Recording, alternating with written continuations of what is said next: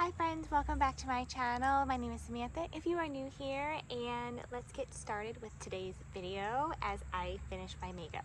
So I'm going to do a story time today. So one of the, struggles that I've had along my life is that I've always felt like I'm really sensitive, and I've always really wanted to be a person that was like the tough biker babe or whatever. And for people that actually really know me, say that I'm a hot mess, which I absolutely agree with and I fully embrace. However, this video is going to be on vulnerability because it's something that I've learned to really embrace along my life and in my journey, and kind of like the pros and cons of actually living a life of authenticity / vulnerability versus kind of being like the cold and calloused type person. So I understand that it definitely is a privilege to be able to have a choice to be vulnerable and to have the ability to stay soft. So I think that there is a balance to everything, but the price of vulnerability, generally people that are happier tend to be more so have more so of a vulnerability. So what I mean by vulnerability is they have the ability to be more fluid in the way that they think and be able to, the word would be to adapt. So happiness kind of comes and goes, but I notice that people that don't allow themselves to be vulnerable and open tend to really struggle with more depression, and they tend to fall into more toxic patterns and have a general sense of like a lot more problems just because they don't allow themselves. Vulnerability allows you to have more of an openness with yourself and have experience more of like a depth.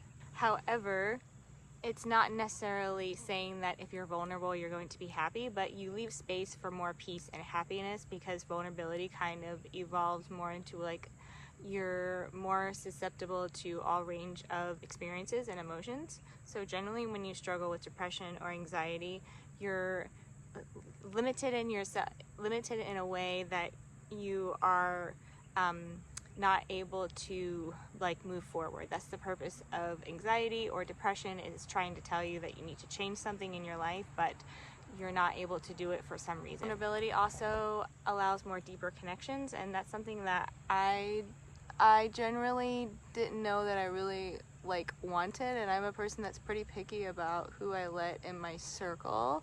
So but generally opening up to me people takes a really long time, just because I kind of got to feel somebody out for like 3 years to really get to know them.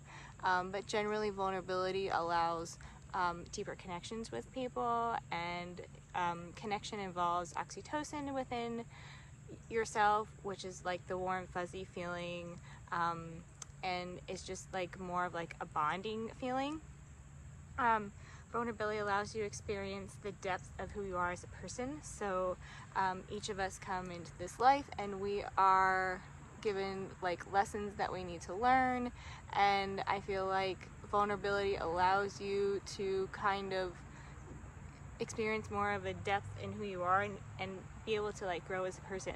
So if you are a person that, like, let's say that obviously, but just by looking at me, I'm definitely not the biker babe by any means. I do allow myself to try to be open to like new ways of being about myself, and I really feel things very, very deeply, and I allow people to see that on my face and when they're around me, because I personally would rather be somebody that maybe, I'm just gonna say it, is easily more manipulated than like a person that's more callous, because I want to kind of embrace more of a person that feels safe to people rather than like guarded. So vulnerability allows you to experience the depth of who you are, and this allows you to expand and grow, and ultimately this creates more new experiences in life, and this makes life a lot more fulfilling. Vulnerability, when you're vulnerable, you tend to access deeper parts of yourself that a lot of people are afraid of. So in some of my videos I talk about shadow work, and this is kind of a lifelong process, but the shadow is something that you kind of shunned due to social expectations, or that maybe have shame about. So, but shadow work is more about embracing all parts of yourself so that you're able to be more authentic, and you're also able to love more deeply yourself and love more deeply to other people. So pain is also a part of vulnerability, and pain is also part of your dopamine center. So dopamine is associated with your pleasure center, but it's also associated with your pain center. So whatever makes you really happy will also be the source of your pain. So everything is like a double-sided coin. So people that are more vulnerable are more susceptible to pain, because vulnerability is more of a sensitivity. So pain is also a gateway to evolve as a person and to have more opportunities. And I feel like vulnerability is a key to a lot of really cool things. And I feel like it's kind of, I guess, looked down upon, I don't really know, when people are seen as like sensitive, or maybe, I don't know, I just see a lot of people, I guess, not seeing the positive traits of vulnerability. So generally there is a positive and negative to both aspects, and I feel like there's a cost to everything in life, and if you're a person that kind of chooses to cut out the sensitivity, then you're also going to kind of cut out like joy and peace and love, because if you cut out one thing, you're not going to be able to cut out the other. So I think vulnerability allows more pain in your life, but it also allows more connection and gratitude, and those are, things that people really crave. And especially at a time like this, where everyone is kind of like searching for meaning in life, and like, while we're all here, I think this is really important when it comes to, being authentic. And I feel like authenticity is kind of a movement right now.